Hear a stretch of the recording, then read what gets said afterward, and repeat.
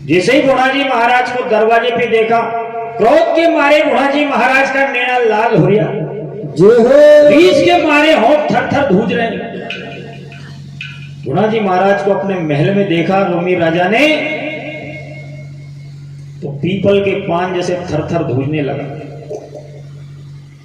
अब गुणाजी महाराज कहीं जवाब देवे और कहीं रोमदेश को बादशाह सुने।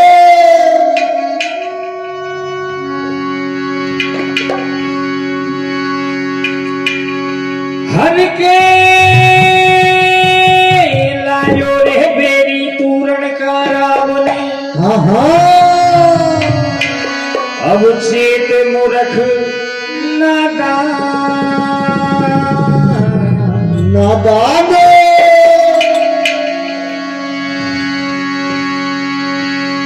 काल बन के आयो बादशाह, अब ले लूं थारो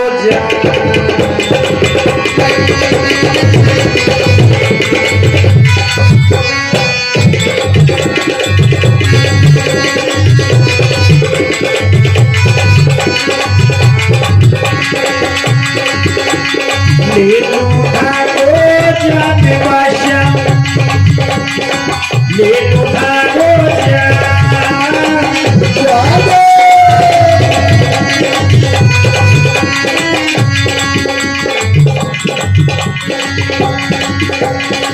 ले नंगी तलवार हाथ में, बस कुछ पल का मेहमान।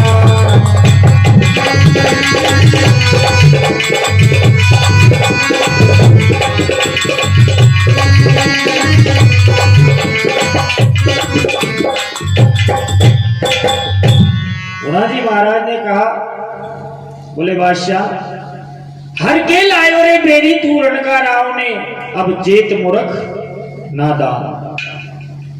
काल बन के मैं आयो रे बादशाह थारो, अब ले लूंगा ठाको ले नंगी तलवार हाथ में, बस अब कुछ पल का है तू मेहमान। इतनी बात सुनी रोमी बादशाह अपने सिंहासन को छोड़ा और भाग खड़ा हुआ। सिंहासन को छोड़ दिया और अपने आसन से उठ करके, अपने सिंहासन से उठ करके भाग खड़ा हुआ, ऊपर महल में चला गया और अपनी पत्नी, अपनी बेगम उसके पीछे जाकर के छुप गए।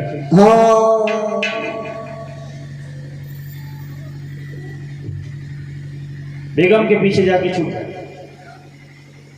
और कहने लगा, बोले प्रिय, मेरे प्राण बचा ले, तेरा एहसान मानूंगा, क्योंकि जो सच्चे सूरवीर होते हैं, बलशाली योद्धा होते हैं, वो कभी औरतों के ऊपर हाथ नहीं उठाते। इसलिए हे प्रिय, तू आज मेरे प्राण बचा ले, मैं तेरा सदा एहसान मानूंगा। जय हो। और ये बादशाह किसके पीछे जाकर छुपा था? किससे प्राणों की भीख मांग रहा था? ब्राह्मण की लड़की सोपा थी, जिसका ये हरण करके ले गया था। इधर गुणाजी महाराज नीचे घोड़ी बोर बछेरी दोनों हाथ ऊपर कुदा दिया, बोले बादशाह, आज तू कहीं भी जाकर के छुप जा, मैं तेरा काल बन करके आया हूं। जय हो। आज तुझे मुझसे कोई नहीं बचा सकता। तलवार उठा और सामना कर, यदि बल है आज मैं तेरा सर धड़ अलग कर दूंगा। तो ये बादशाह अपनी पत्नी, अपनी बेगम के पीछे छुप करके कई बात बनावे और गुणाजी महाराज कई प्रकार से बेकाना चाह रहा। जय हो। बोले रे कंवर, किसने बेका दिया तुझे? अरे थारे पतो भी है, मैं तो थारा फायदा के कारण राणा जी के उठा करके लायो हूँ। लाए अभी था के कुछ भी नहीं पता। गुणाजी महाराज को बहकाने लगा, बहकाते हुए अपने सिंहासन पर आया और कहीं जवाब देवे रोमी बादशाह और कहीं गुणाजी महाराज सुने।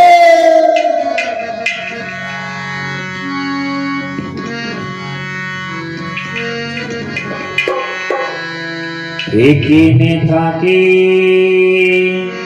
ये बहकायो रे भोला जी, बहकायो जो तू मुंह पे चढ़ के आयो नी।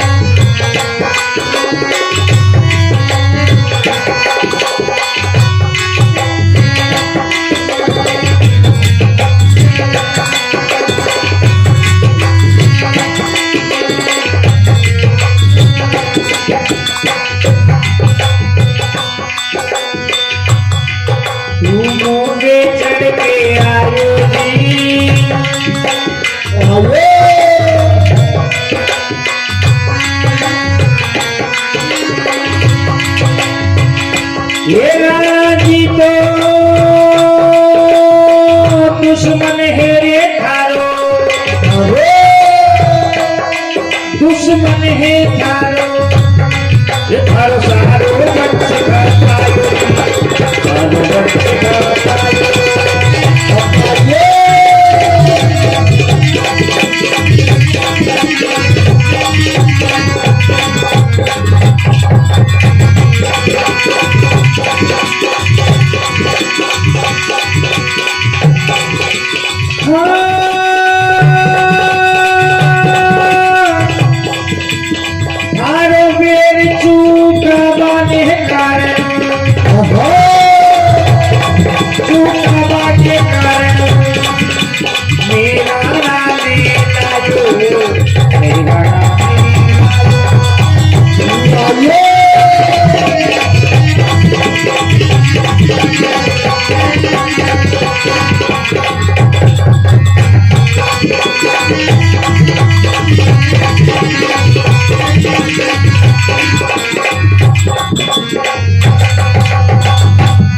लक्ष्मण अवतार की जय हो।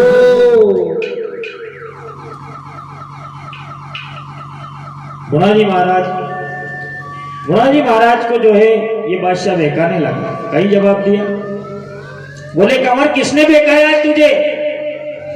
कौन था के बहकायो रे कंवर जो तू मुंह पे चढ़ करके आये है? राणा जी तो दुश्मन है रे थारो, इसने ही तो थारो सारो बक्स खपाये थारो में चुकावा के कारण कंवर मैं राणा ने लेकर के आये। कंवर किसने बेका दिया तुझे? अरे तुझे पता भी है कि राणा जी ने तेरा सारा वंश मिटाया है। हाँ तेरा असली दुश्मन तो राणा जी है। मैं तो थारा फायदा के कारण राणा जी उठा करके लायो। अभी तुझे कुछ भी ज्ञात नहीं, किसी ने बेकार रखा है तुझे। इतनी बात सुनी गुणाजी महाराज तन बदन में आग हो गई। बोले दुष्ट बादशाह, ये अपनी जान बचाने के लिए बेकी बेकी बातें कर रहा। यदि राणा जी से मारो बेर है तो मारी मैं निपटू। हार से कहने की थी कि तू राणा जी उठा करके लाया। अपने प्राण बचाने के लिए झूठी बातें बना रहा। जय हो। और चल थोड़ी देर के लिए मान लूं कि तूने मेरा बेर चुकाने के लिए राणा जी को उठा करके लाया, पर बादशाह तू मुझे ये बता कि राजपुरोहित की लड़की या ब्राह्मण की लड़की, ऐसे थारो कहां का जन्म को बेर था, तू इसको उठा करके क्यों लाया? झूठी बातें बना रहा अपनी जान बचाने के लिए। बादशाह हाथ में तलवार उठा, सामना कर, आज मैं तेरा सर धड़ अलग कर दूं। जय हो। थर थर भूज रहा है बादशाह अपने सिंहासन पर बैठा बैठा। बोले आज तो इस कंवर से मुझे यमराज भी नहीं बचा सके। आज तो दन उल्टे ही आ गया, तो उनका पटकार दो बड़े मसान में। हाँ आज इसे मुझसे कोई नहीं बचा सके।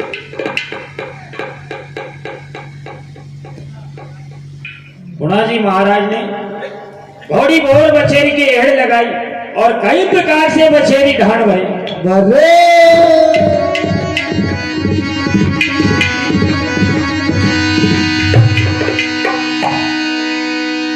ये मारी घोड़ी के अब हेड़ घोड़ाने जय हो तो बछेरी चढ़ी सिंहासन जाएगी।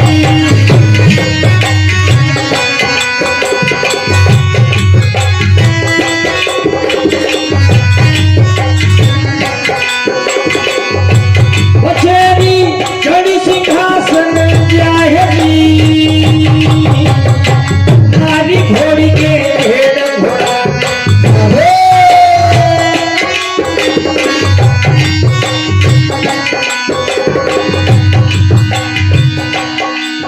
और समान की अबे साथ गाई और बादशाह यदि होगी रहेगी।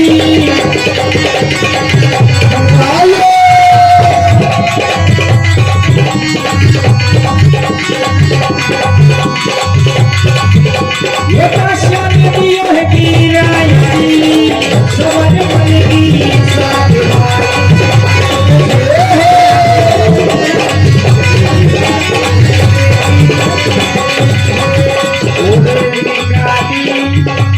ज्ञान से तलवारे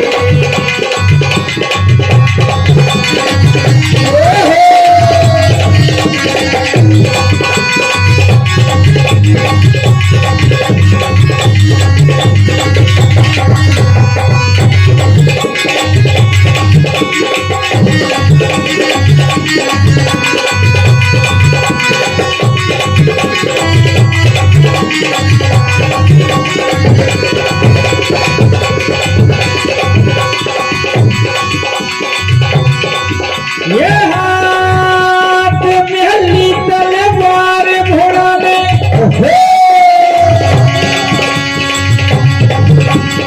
और गरीबा लगा अबे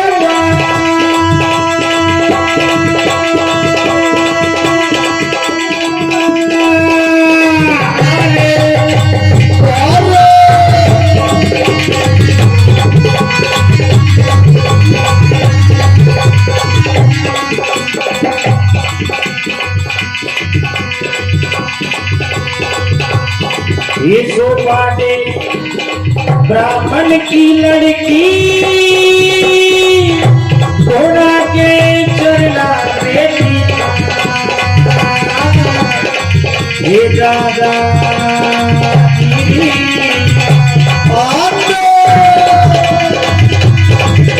ये शरणम ये भी आए सुबह के चरला बेटी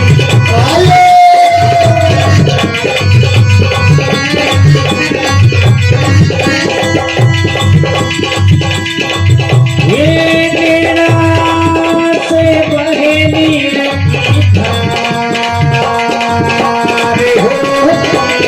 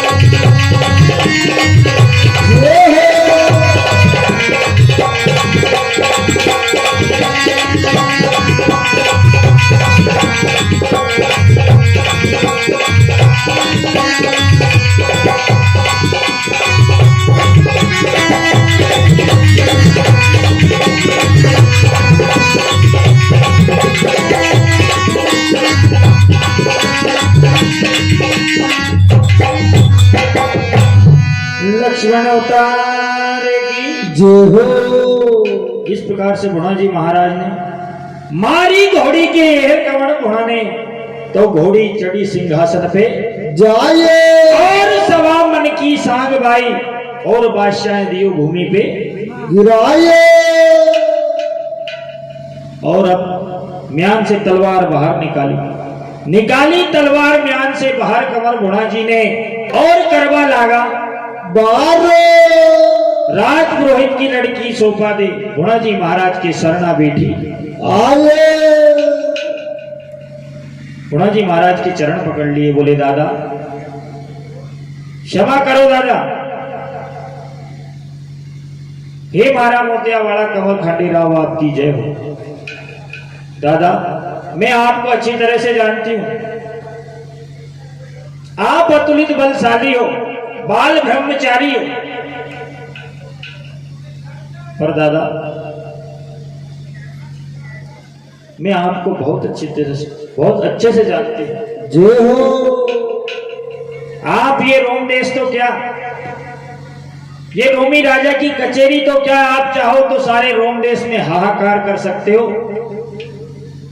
यहां इस रोमी राजा की कचेरी में जितने भी शूरवीर बैठे हुए, आपका सामना तो क्या दादा भाई, ये आपकी निगाह से निगाह भी नहीं मिला सके। हाँ मैं आपको बहुत अच्छी तरह से जानती हूं, पर हे दादा आप अपनी दुष्टि क्षमा करो, इसे जीवन दान दे दो। गुणा जी महाराज आश्चर्य में पड़ गए, बोले सोफा दे ये क्या कह रही हो बहन, मैंने तारा को वचन दिया है, मैं तारा को वचन देकर के आया हूं कि इस बादशाह का सर धड़ अलग कर दूंगा और राणा जी को ला करके वापस राजगादी पे बिठा दूंगा, जय हो। तब जाके अपनी शक्ल दिखाऊंगा।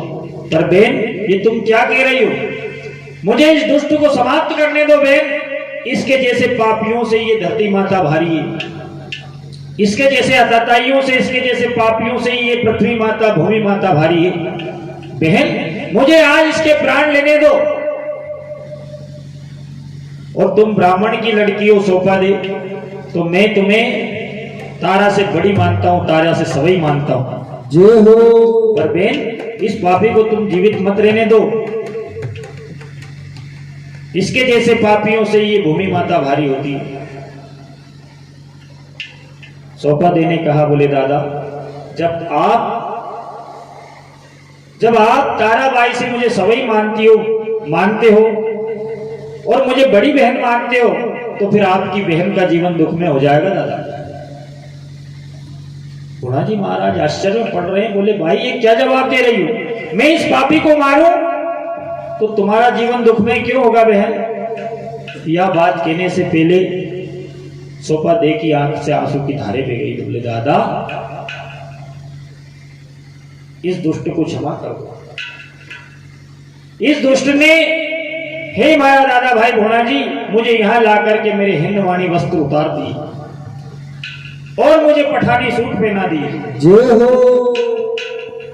दादा इस पापी ने मेरा हिंदू धर्म नष्ट कर दिया, मैं अब किसी को मुख दिखाने के लायक नहीं रही। यदि आप इसे मार दोगे, जान से समाप्त कर दोगे, तो फिर इस दुनिया में मेरा और कोई नहीं,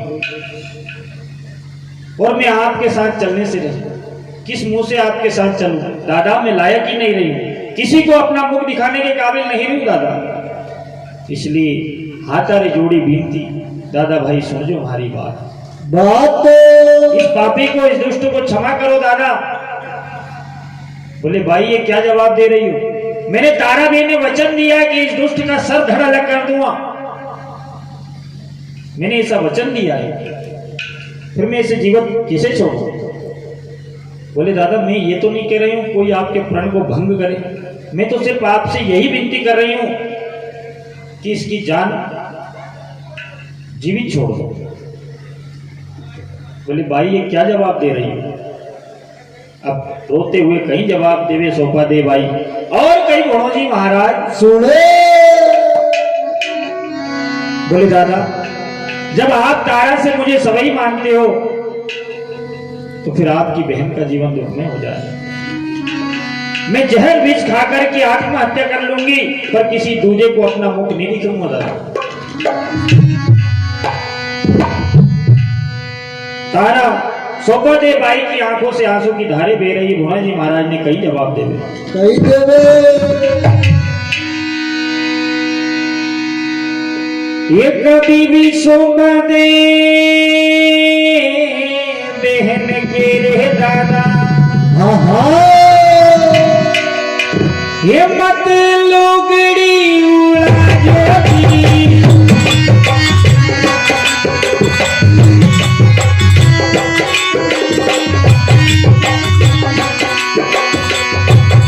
ये मत लोगड़ी उड़ा जोगी।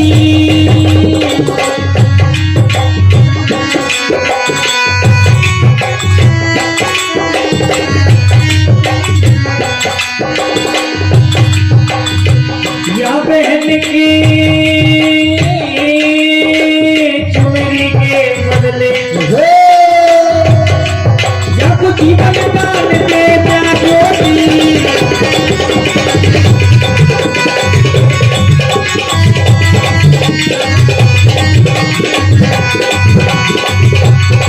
या कुछ जीवन दान दे जा जोगी।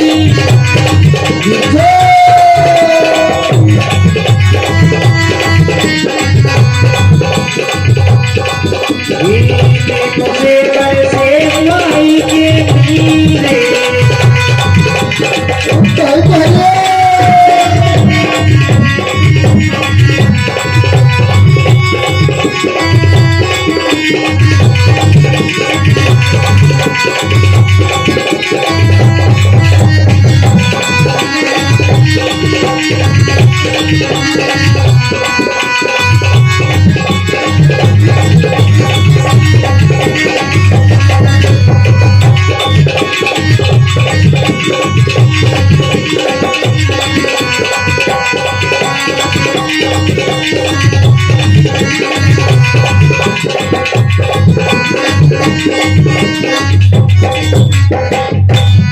लक्ष्मण अवतार की जय हो। बोले दादा, कभी भी इस बहन के चुनरी लुगड़ी मत उड़ा दो, या बहन के चुनरी के बदले इस पापी को जीवन दान दे जाओ। जय हो। भोना जी महाराज धर्म संकट में फंस गए, क्योंकि इधर भाई तारा को वचन दिया, अब कैसे अपने वचन को भंग करें। पर प्रबल प्रेम के पाले पड़कर प्रभु को नियम बदलते देखा, अपना मान टले टल जाए पर भक्त का मानना टलते देखा।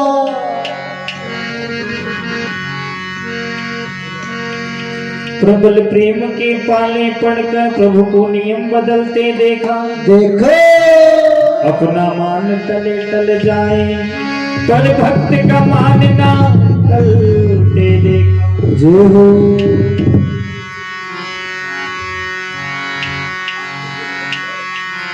जिनका नाम सुमरन करने से पापी को भऊ से तरते देखा, देखो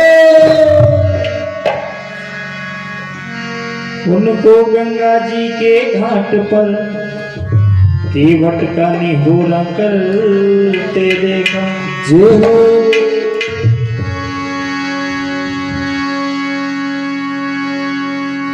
जिनकी केवल कृपा दृष्टि से समस्त सृष्टि को पलते देखा, देखो उनको गोकुल के गोरस पर सौ बार मचलते देखा। जय हो।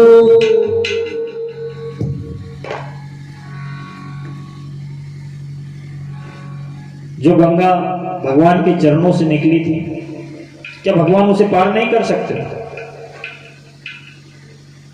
भगवान के लिए क्या संभव था? क्या वो गंगा भगवान पार नहीं कर सकते थे? पर यदि स्वयं ही उस पार गंगा के निकल जाते तो फिर रामायण में केवट का नाम कहां से आता? अपना मान घटा लिया, अपने भक्त को सम्मान दे दिया।